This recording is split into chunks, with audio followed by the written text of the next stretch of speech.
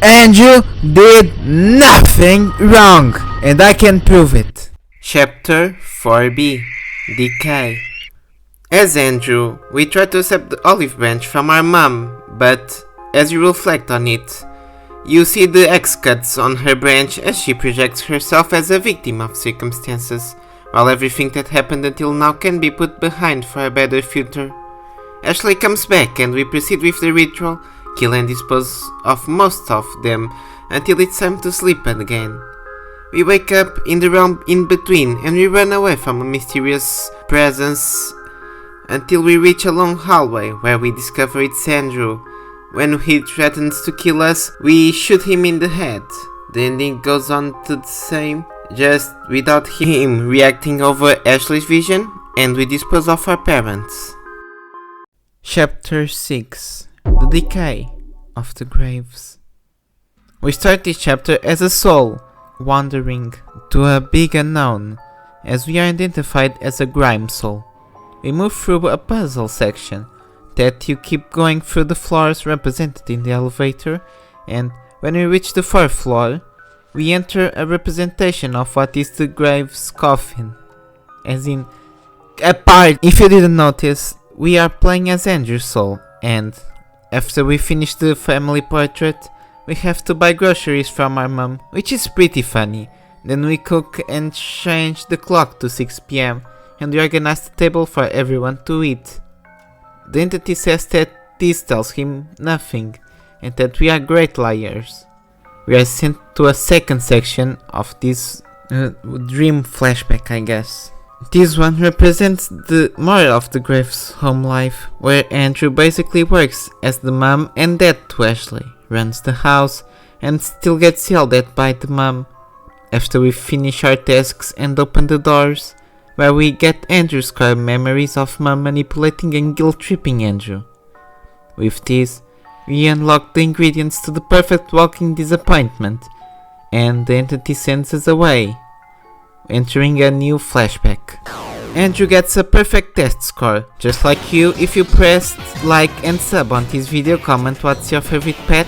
Mine is an axolotl. Check out my Twitter, Throne, Ko-Fi Straw page and all of that on my Linktree. Now, back to the flashback. We are eating lunch with our friends, and Devilspawn spoils the party. She forgets her backpack, and we give it to her as we don't promise to wait for her. And while at home, we try studying, but our mom needs to go to the grandparents' house for money, obviously. The Devilspawn comes back home and starts pissed from us not waiting for Miss Attention, and an extra piece that we are going to see the old people that are not dead, and that they are the reason they are alive in the first place. You know what? She might have a point. She rebels and revels by running away, and we need to bring her back home so we can go. Because she's our seed and not her sister. And mom is less sad. After getting noticed by an old hag and playing Find the Shoes with Devilspawn, we finally went to the Grams' house after just saying she won. Even though she lost the game, because I'm guaranteed she would lose. We get there and we are introduced to the grandma and grandpa, and I love this man. Besides saying to mom that he has a career, unlike her, we can hear his conversation with dad, and it's amazing to hear him shit talk mom and Ashley, and ironically give a solution that would make this game never happen, even if it is really 1950s. The brothers put down our backpacks and go get some blueberries at our grandma's request. The last ones are behind this closed up window that leads to an abandoned house. Returning home, we give the blueberries to grandma and Andrew studies until he notices Ashley has gone missing. Looking for her, we go downstairs in the abandoned stairs and accidentally summon a demon, the Lord Unknown, from the Soul segment. Just like I did a few times back, and now I'm stuck in a basement. After a bit, we hear a scream from a hungry, obese monster, or Devilspawn. I haven't decided which, and we need to save her because, unlike us, she can no clip through the scenarios, unless we are looking. After we saved Fat Ass, she tries being stupid and falls on the lake. which I don't notice it was a lake, but it makes sense why we needed stuff to cross it, and there isn't a normal route to it. Wait, how did she get there again? She was climbing the tree and it fell, but the tree looks the same, but because 1 kilogram of steel is heavier than 1 kilogram of feather, so maybe because she's made of steel she broke the scale and the tree didn't consent to a second ride. Matters nothing because Devil Spawn is so brain rotted already at 6 or 7 or whatever her age is in this memory that she somehow gets dirty and we need to hide her from Mom, so Andrew doesn't get the blame. We are almost not caught by Mom. But while we try to pass the speed check, Ashley starts taking a shower before even having the clothes to wear. Devil Spawn strikes back. And who gets the blame? Big boy Andrew, of course, because like any responsible parent, you blame your kids collectively for the mistakes of one. More fact, you blame the oldest one because he needs to bear all the responsibility. Andrew is grounded and forced to take care of their grandma's garden, and to add salt to the injury, when you finish planting the plants, Devil Spawn spawns and destroys your hard work, making you do everything again after Mom talks shit because bad behavior is inherited in this family. We finally finished his task and we don't have dinner.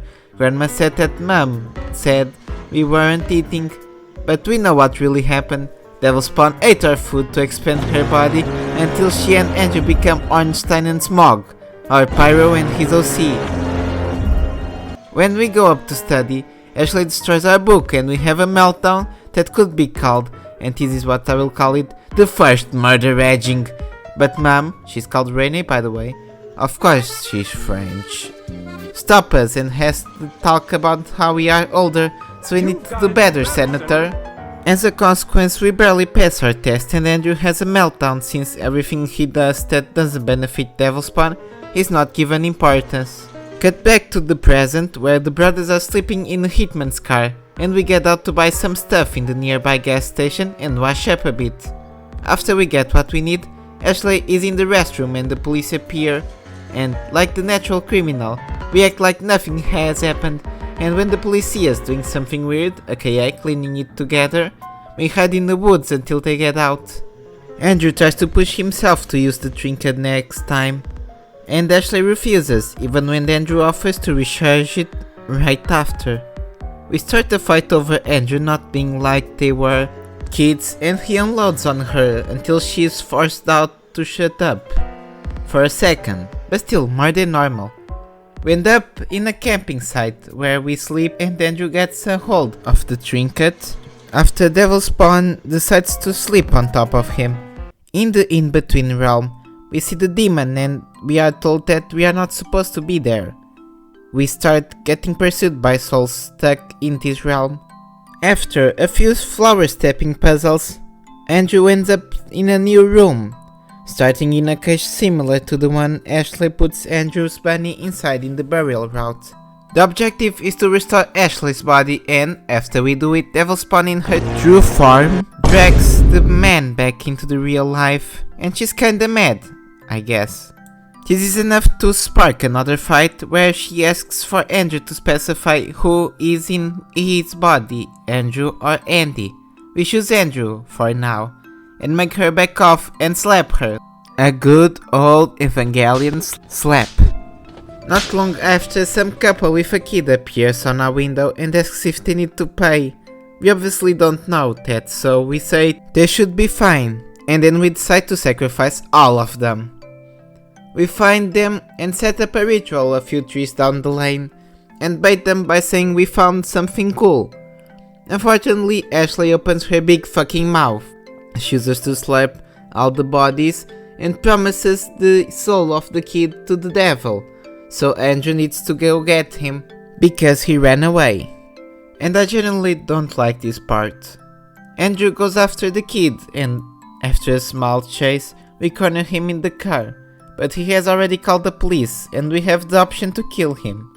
Now, you can say this is a player choice, so you can't fully pin on him the blame, but my problem isn't that is per se, but his reaction. Nothing, absolutely nothing. He just saw his childhood all based on neglect and being forced to live the whole household on his shoulders, and he doesn't react. He doesn't even reflect by saying, well, he kinda remembers me of those times, or at least he doesn't suffer even half of what I had to. Just nothing. Worse yet, if you interact with his body, Andrew just thinks of going back to Devil Spawn, not to mourn or reflect. I think this is the first instance where Emily actually misreads her own characters, which is amazing since it took this long to happen in such a way, but it is definitely not the moment to give the player agency, or at least to make this a secret ending by prompting the player to return to Ashley, not whatever this is. Alas, we return empty-handed, and Devil Spawn is cooking marshmallows with the demon while burning the bodies. The demon is deservedly pissed there isn't a third soul like Ashley promised, who probably has now all the marshmallows hidden to gobble up when the demon isn't looking. But she saves Andrew by making the devil go after the police while we escape from one of his portals. Andrew finally has it and the vision Ashley had in chapter 3 set up. But this time we play as Andrew. But when we reach Ashley, this time in a summoning circle and not in a hallway, the demon separates Andrew's soul from his body before anything bad happens. Chapter 6.5 Shooting Our Shots. Before moving on to the endings of this chapter /route /decay, I wanted to already address one of the secret ones I already passed by. If you don't enter the demon portal in time, Devil Spawn and Andrew get shot and die. The ending is called Happy End, which, I mean, fair. And who wouldn't want to be killed in such a beautiful park? Speaking of beautiful parks and green scenery, Glad Grime! Are you tired of gifting your siblings the new Call of Duty game? Maybe the new Super Mario game? Do you give your husband a new PS5 every Christmas, but feel like that is not spicing up the sexual tension to create child alimony machines? Well, you should invest in Lords of the Wild. Do you know that old kingdoms were declared by the Pope? Yes, so imagine this amazing gift Lords of the Wild is offering. With $599.99 a month, you can own up to 75 square meters of pure land, and in the next 25 to 50 business years, we will certify that your piece of land with the Pope, making you a de facto despot in the middle of over 100 countries we operate legally and a bit more. With discounts depending on what place you choose. For your thriving kingdom, Lords of the Wild offers not only the opportunity to be a king, but the opportunity to feel like a Byzantium emperor when the tyrannical IRS invades your Constantinople enclave because you didn't pay taxes. Use Valoon 10 for 2.5 discount of a 75-year plan and 30 days free trial army for only $799.99 a month. Pope recognition not guaranteed. Link is in the video's private parts now. Where were we? Oh, Ashley cucks Andrew with the demon. Ashley does every fat person's favorite thing and sleeps, giving us a flashback. In the previous chapter, Renee says that she knew that Andrew and Ashley killed Nina, the girl from the box, and here we discover that it was Ashley all along that said it, trying to get her mom's attention, but that Graves lost his job to Cain. She makes a mess of the room and Andrew has to calm her down like always, but in a shocking twist, we see a speck of remorse in the heaviest devil spawn known to Earth, and she says that she feels awful and is a bad person.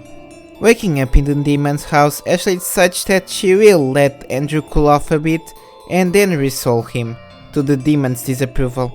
We block the door as Andrew's soul, not a tar one, returns to his body, and we need to figure out how to get out of the room as Andrew. After that, we just end up freeing all the souls the demon has. Note that in the soul yard we can see a tar soul and a normal one close together, and it's basically confirmed, not that you need any further know-how, that Renee is a tar soul. After we free the souls like our Lord and Savior will do to everyone except the Jews and the sinners, Andrew and Ashley are sent back to Earth like the sinners they are, and now Andrew is shackled like I hope to be by my dumb girlfriend. We look for a way to get out of our imprisoned state, and eventually Andrew tries to call Julia into helping him. But she didn't pick up, so we did what every good student does: drink beer until they are blackout drunk. That is why I'm a bad college student. Then Devil Spawn comes back with the wrong brand of Siggy Shiggies, so we start the average lesbian couple's routine, and that is why Yaoi is better than Yuri. So shockingly the police show up, and we need to clean up the apartment here. If we fuck up while persuading them, we get the Graves in Graves ending, which is fitting, but we do persuade the Popo, and we resume to play happy couple until Ashley needs to go out to get souls. We clean up the apartment, for real this time, and a bit later, Julia calls us back, and we have to persuade her just like the cops. Unlike them though, we don't get a sequent ending where Andrew rots or whatever. Julia comes with some bolt cutters, and we free ourselves, inviting her in, and repaying with some of the money of the dead guy Ashley stole the apartment from. Going outside with Julia, an attempt by Andrew to run away gives us a nice, if sad scene, showing that she still likes Andrew, who wouldn't, but she has already moved on, and gives us the letter she would have sent in case we were alive after the fire accident, which is an understanding but cruel one. And to add salt to the injury, an old friend of Andrew appears, and boasts about how great his life is. We return to the apartment, and wait for Ashley. We sit together, Andrew shotguns her with smoke from my favorite Nintendo developer, and they start eloping, but Andrew gets soft because he notices what is under him. Andrew decides then to cook some food for the both, or just Devil Spawn considering, you know. And as we eat, Andrew just goes stupid due to drinking and starts saying Ashley isn't like what she used to be. Don't drink, kids, you could start ratting out your feelings to the BPD woman if you do it. Getting too drunk and sleeping in the same bed as Ashley makes us allegedly sober. I mean, who wouldn't sober up after seeing a Devil Spawn with two heavy machine guns next to them, and we put in practice the plan Andrew had conducted to get out of their situation until Devil Spawn discovers a pen in the bathroom garbage.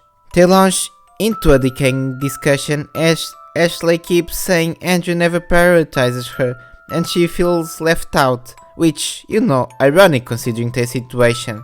And Andrew has about had it with the sad attempt at a human life. As cathartic as it is to see Andrew throw to Ashley's face how she keeps manipulating her, this whole outcome feels wrong. Andrew beats up Ashley like the average 70s husband and goes to sleep like Kanye in the 2009 VMAs. We get the dream sequence where Andrew is chained to Devil Spawn's mouth while at a vague recreation of the apartment, and he needs to pick up all the pink flowers. Doing this unlocks sunflower seeds, which when planted makes Ashley cry. Unlocking the next room, after all the flowers are properly grown, we see the body of the cultist from episode 1, as we need to put him in a whole bunch of trash cans around. Andrew wakes up on the floor, reflecting on where everything went wrong, but Ashley has other plans, and after we mirror the burial vision by inaugurating the new fucking bed, Andrew sits on the kitchen table, and looking at his options, the cleaver and the gun, he wishes for everything to be different, and those wishes get interrupted as Ashley wakes up. After a quick discussion, the Decay gets a hold of both, and we finally act on our instincts from the first episode and throw ourselves out of the window. The deadest of dead ends ending has been achieved. I try going back to make Andrew say he's Andy, but all that does is make Lele win, which only alters the outcome in the in-between realms, since Andrew isn't chasing Ashley anymore. The only other outcome in this route is shots and such, which, if you pick up a wedding ring at the start of this chapter, and it's on the kitchen table during the moment Andrew is wishing upon a booze, we will land on the ring, and they live their life like husband and wife in a new apartment. Now Ashley keeps sacrificing people to the demon, as we are shown a snippet where Ashley gets pregnant with Andrew's kid. When I played this episode first time, I thought there was no good endings, at least where our characters were alive, and was disappointed naturally, and hoped that Burial, when it released, had a continuation that didn't end like this. Well, actually, Chapter 7, Running Out of Ammo. If you go back to episode 2, in the vision, there is one change that you can make that completely changes the outcome of this episode. Past the camping trip, Ashley can't shoot Andrew. At first the chances don't seem that big, until we enter the realm the demon sends us in. The only thing I notice is that Devil Spawn lets Andrew call Julia in the park, despite protests, as long as we make Andrew say to her that he is himself and not Andy, I assume. And, to be fair, I could have just missed it on my first few runs. The big change though happens when we enter the in-between world. As we enter it, we are put in a scenario we never saw before, solving the puzzles laid out. We end up in a tower where, after we rest, we are able to make the demon circle outside transport us to the home of the demon, where he notes that the future has seemingly changed. The brothers rest up and the demon asks for them to get a soul from his stash to feed him. They land coincidentally on the first person he offered him, which would be the floor 2 guard, I believe. And we discovered that souls only become grime or tar when the person identifies as a bad person, which puts in perspective what Ashley and Renee actually think of themselves, unless that, past a certain point, you can't understand what's good and bad in a basic level. We snoop around for a bit while the devil is eating, and we discover, in his personal belongings, 2 visions. The first is of a surgeon, and the second person talking about how their life has, eventually, they decide to create a new company, TCOAAL, after the second man describes how his business has been showered with lawsuits and such, while the surgeon thanks him due to the organs and the deaths he indirectly provided to him. On a second vision, we see Renee and Dad, actual name Douglas, going to the same surgeon when the lockdown starts to get answers, and because they did just avoid quarantine, and while Renee knows that the surgeon is full of BS, she ends up justifying everything by saying that the brothers wouldn't be stuck if they had moved out like she wanted, and because the surgeon advised them to get an insurance for the kids to collect a fat paycheck, after smooth talking Douglas, to stay there just enough for them to listen to his words. By all the intents and purposes, for now, the surgeon is the villain of this game. Unlike every other adult, even Renee, which normally are just in some spectrum between stupid and manipulative, this guy is quite obviously evil. Even more malignant than Ashley, and the fact that he is labeled as a possible Tarsal and not a confirmed one, only means he generally could think he's a good person. Which makes me remember the concept of asymptomatics in psychopaths, people that couldn't be judged because they didn't see themselves as doing something wrong. The demon asks for Ashley to come to his ritual chamber, and when we reach it, Andrew is sent back as we get a slice of life of the demon, including people that he hates because they try being polite, sex pests, or just slumber parties, and the girl trying to pass her exams that Ashley offers to the demon, and starts the one-man journey of her boyfriends into becoming solid Ken, and destroying the demon Low, including P. Davy and Jeff Deadstein. Returning to where Andrew is, we get a resume compilation of TCOAAL's lore, including what the entities are, the souls, talisman, realms, and the poem he wrote. They go to sleep and have an argument because Andrew doesn't naturally trust the demon, while Ashley wants to rely on him, until both just cool off and Ashley starts sleeping because Andrew goes stay at the demon soul's playground. After Ashley says that he needs to get out, the three-eye shadow appears and asks Andrew to collect some souls for him. During the hunt, Andrew only finds one and tries to return to the demon so he can give him a better direction, although when he tries to summon him, another entity appears, the one from the Grime Soul flashback 8 pages ago. And to understand who Andrew is, since he has forgotten, we go through Andrew's mind. In the first room, we define what Andrew is: a brother, murderer, and lovesick.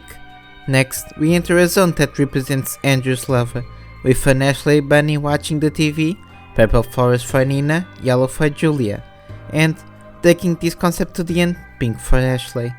One thing made clear is that Andrew never actually liked Julia, at least in the same way a normal couple would like each other. She calls Julia boring, despite her qualities, and tells of a time he fantasized about breaking her teeth for her to have a better performance at the job where you blow. Just like husbands in the 1960s. Next, we enter a room representing the home life, where every mistake Andrew makes, even though there isn't a clear guide, is seen as a failure by Renee, and his vision darkens. We then interact with Lele, which leads us to a flashback.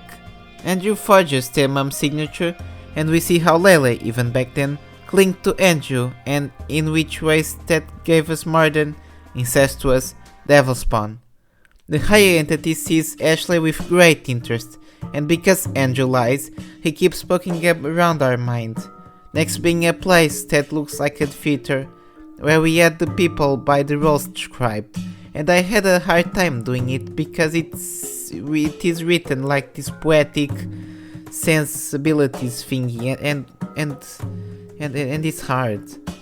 We move on to a flashback of the brothers in high school, where Andrew tried having friends, but Devil Spawn, like it has been shown a million times already, still did not get friends of her own and kept relying on Andrew. In this flashback it's shown that the school they went to had all grades, but imagine if they had to change schools. She would be more insufferable than the other guy on Twitter that keep telling me about a studio that made no original game in a decade because it's a great loss for the industry. The douchebag decides to try to do a one night stand with Devil Spawn because she looks easy. And he is correct enough to the point she does accept the date with him. Andrew gets mad at the idea of Ashley falling in love with the douchebag like every brother would, being honest. But when he prepares to go out, Ashley comes back because she dumped the guy. I think this is the only time I ever approve of Devil Spawn's action. The next memory is a continuation of this one, where the douchebag spreads the rumor Ashley had sex with Andrew, and after we get the record straight, we see how Julia asked Andrew out, as the sequence becomes dreamlike, where we need to collect Julia's plushies while avoiding Ashley's eyes. We see the start of Andrew's relationship with Julia and Ashley's reaction to it, and Andrew having to buy her a whole bunch of gifts and fix the drawing. As we make Devil Spawn happy, we move on to a place with everything around Nina, and we start trying to rip out Ashley's flowers, but more appear, making it impossible to remove her, especially while balancing keeping the relationship with Julia. Leading us to the day Andrew went with Julia to Nina's grave, and put purple flowers on it. Andrew feels bad about being behind Nina's demise, but is happy to support Julia. The entity makes us keep going because Andrew was not convincing him, which leads us to the moment after and him crying about Ashley. Devil Spawn suggests running away from everyone and everything, and after Andrew declines, they both sleep. The My Little Pony clouds are back as our grime savior dreams of Julia in his home, until Ashley lingers appear, and we move into a disjointed version of the house. Julia emerges with Devil Spawn as he wakes up and makes Ashley stay on the TV. After a few flower puzzles, we move into a time closer to a modern one, where Ashley complains about being rejected from the same college again, most likely Andrews. The colleger was avoiding dropping a nuke like a pro. As thorough as I like to be, I'm going to be real. We just see the decay of Julia x Andrew, which, while canonical since Andrew has to end up with me, it makes for not that interesting content. TLDR, Andrew was thinking of moving on with Julia, while having the weight of Renee and Ashley on each ankle because number one mom made Andrew resolve Ashley doing fun work, which made her root much more into Andrew's relationship. We move to a puzzle section where we give an item to every person we have directly killed, so we can reach Devil Spawn. and in the most Fallout 4 moment ever, despite choosing and every option being positive, it's all sarcasm. Finally, we move into a room with Lele and their parents' corpses, kicking their heads and feeding the rest to mini spawn, which she doesn't like, so we kill her, and The devil spawn! crawls out. But Andrew is so done he gets out, or at least tries, but the entity gets a hold of him and comforts Andrew, as he has something planned, finishing this chapter with the cliffhanger to chapter 4. Chapter 8, Analyzing Episode 3. I have no way to sum up my thoughts quickly. The first portion around Kid Andrew is amazing and probably my favorite part of the whole game. And I was genuinely sad when playing it for the first time, because I saw some of myself in him, because of how stuck I feel when I'm unable to work on stuff I like. The second part, the one in the camp, is stupid. I get what Namely was going for, but a lot of it feels rushed or inconsistent with the characters, especially the section where Andrew can, even if optionally, kill the child. All events in the demon and in between worlds are good. The routes where Ashley shoots Andrew are a bit lacking, but are logical in the sense that Andrew would force the demon and Ashley to not dwell on stuff, while on the actual route that doesn't end in death feels a bit too hand-holdy about explaining the story and lore, which is a bit funny because I do like this, but not as literal visions from the demon office, but otherwise it's a good sequence that far outranks the park and the Hitman section, and maybe even some stuff on episode 1 in my personal enjoyment. The Lele wins ending adds nothing much to discuss, blah, clearly added just to punish the player for choosing to appease Devil Spawn. The apartment segments are really light on substance. I don't enjoy them because I think they go way too far into the Decay idea, and it makes it pretty non-enjoyable if you are invested in characters, as in Andrew, becoming a better person and freeing himself. In part, I understand why Decay's bad endings result in ironic versions of episode 1, but I think that way, the way Namely did it at least, is a bit too far for my taste. Because for any player that is picking up from a route where they shot Andrew, unaware of the second route, this ending becomes an easy way to sour the player's experience. The new entity is definitely really interesting and plays well out of the brothers' characters since, despite the summoning ritual Kid Andrew, like mine, being incidental and a bit coincidental since mini spawn evaporates, it makes sense Andrew would do something like that and try to bribe Lele.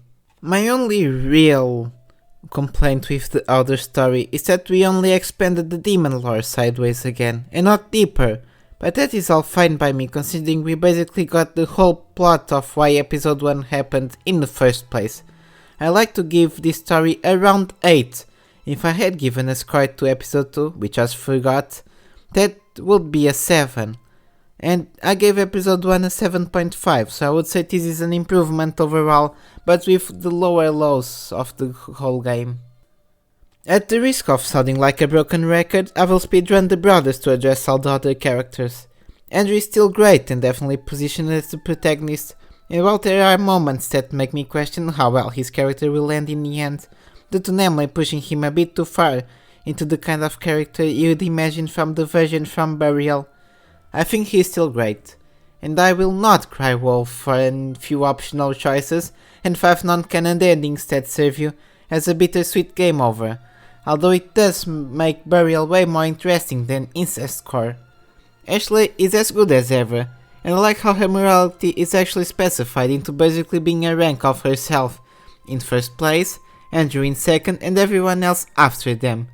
I do find funny her becoming subservient to the demon, but she is always in character here, and arguably more well held together than in episode 2. Renee and Douglas feel whole with Decay. In episode 2, Graves, they feel like a bit sidelined since it is not only an experience that I would call 1.5 times the size of coffee in episode 1, but the rushed nature of it made them feel like caricatures of the manipulative mom and submissive dad. Here we at least get more substance to their dynamic. Renee, while being as immoral as Ashley, is way more consistent, as it is made obvious everything hinged on the money issues and being on a tough situation with Andrew, opening up a bigger hole literally from hell by having Ashley, while still not being sympathetic since, by the way, Grandpa talks about her, she probably was one of those wild girls that liked the football team a bit too much. Douglas is still mostly the same, but it's made more obvious he knows nothing about their lives is correct, but he's too weak-willed to do something, or make decisions without bending to Renee every time. Grandma and Grandpa are my favorite new characters, because Grandpa is like that bell curve meme where the dumbest response is ironically the correct one, or at least short term. I imagine Andrew would eventually talk this gigachad into supporting his degree, if he worked as a part-time lawyer in a firm instead of an accounting one. And Grandma is just the sweet old lady.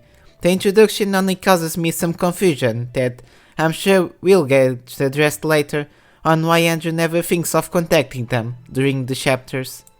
The less recurring characters before the new big ones are the Demon and Julia. Both are well explored, I would say. In fact, Julia is a highlight in Decay, as she reminds me of Knives from Scott Pilgrim vs. the World, in her naivety and easygoing attitude with the scum cutie that is Andrew, but of age, of course. The Demon is also really funny, just because of the RC car, and by pretty much confirming the demons most likely are ascended humans, which opens the door to what Ashley can or will become by the end. At last, I wanted to talk about the surgeon, who looks and feels like a cartoon villain, but we literally only got 2 flashbacks worth of him, so I won't judge much, same for the new entity.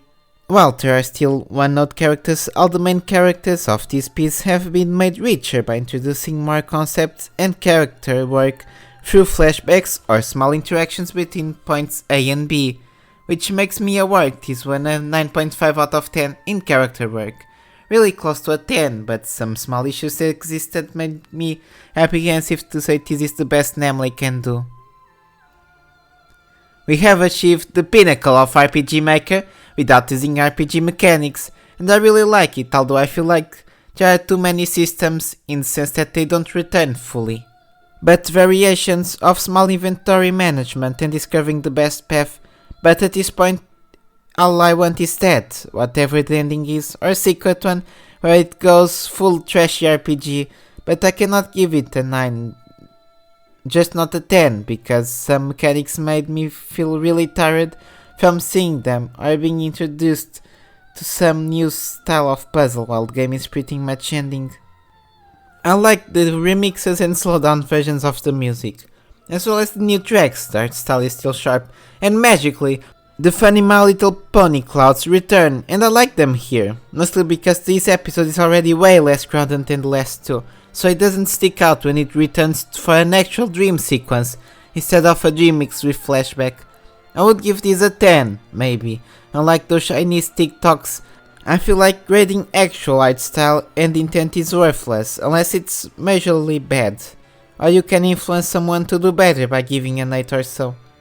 B for my Americans in chat, because they would feel inspired to achieve their better version.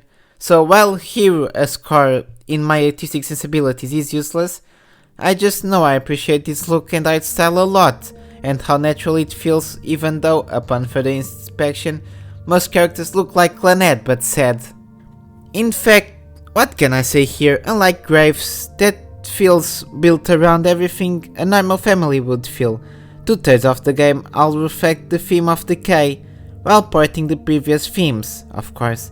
All interactions, events and relationships somehow decay, or were never healthy to begin with.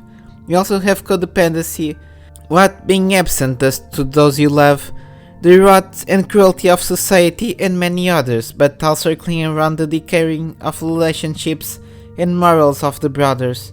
Only the canon route escapes this because Andrew refuses to decay himself, but to cut off Ashley, which, due to the vision of episode 2, has let go just enough of the idea that it's Andy and Lele against the world, to where Andrew doesn't feel as cornered by the omnipresence of Devil Spawn. For those who don't know, this one was already developed after Namely got doxxed and cancelled from social media, handing it over to Kit 9 Studios. while still developing the story and art, and it shows she wanted to provoke the most with the non-canon routes, which, while I had no problem with the incest, those who were mad at her from episode 2 will not be happier here, since we have much worse scenes, especially in the dead end ending, where you not only have the mirror to the burial route, but the second implied one if you go back to the room before jumping out of the window, and way more sex references. Definitely into an adult game territory, which has always been, but whatever, but still not enough to be an edoge. I'd say this is like reading, and this one is for my Portuguese fellows, Os Maias by Acid Queiroz. Top tier, I'd give Decay a good old 8 out of 10, a 7 out of 10 for Graves by the way. If it was just the Ashley shooting Andrew route, like I thought it was until I searched up all the endings for this video, this would be the worst coffin part, as all of it feels like a fanfiction or an easy bailout of writing a new story. With the actual canon route, though, it balances itself and makes the more depressing side of this chapter not matter as much, since it is not the conclusion of this route. I do think that hiding the canon route under a choice from the previous chapter is a bit obtuse, and brings a lot of possibilities to create sour players, from not knowing which route they should do, or from having to replay the whole game in case they save always on the same slot. But outside of the odd decisions that only feel bad because this is an ongoing game, so you can feel betrayed by expecting way too much from things the design does not want you to expect. I said this episode, when the game is finished, will age like fine wine, and be a testament to the success of this game. Its character writing and intense story that combines family relationships problems with Lovecraftian horror ideas. The only thing I didn't touch on was the vision room, but I can't give everything away. Go buy the game and support the original creators. Develop your opinion, comment where I'm right or wrong about controversial themes. Here at the Valunian Cave, we like to encourage humane debates over controversial themes, as long as I'm right. Now, I prepared something special today, a song about the love of my life, Andrew.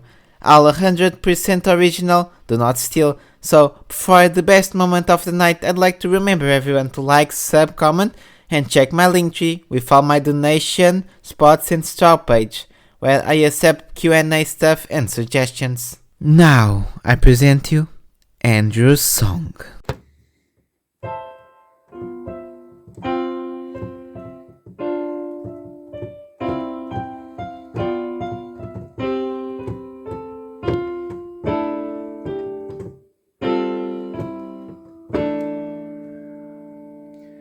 I've searched and plunged for my true love. I've ground and moaned for my matching dove, and it was you. Oh, Andrew, Andrew, Andrew, Andrew, if only you were real, I'd love you, caress you, touch you like you are my next meal. My beloved Andrew, my lovable killer, my salvable thriller, right to never fear, because he is my Andrew, Andrew, Andrew, Andrew, if only you were real, I'd love you, touch you, caress you for a simple deal. You never did something wrong, no decay doesn't count. I hope you are strong when I mount. Andrew, Andrew, Andrew, Andrew, if only you were real, I'd love you, get you, lick you for the simple kiss.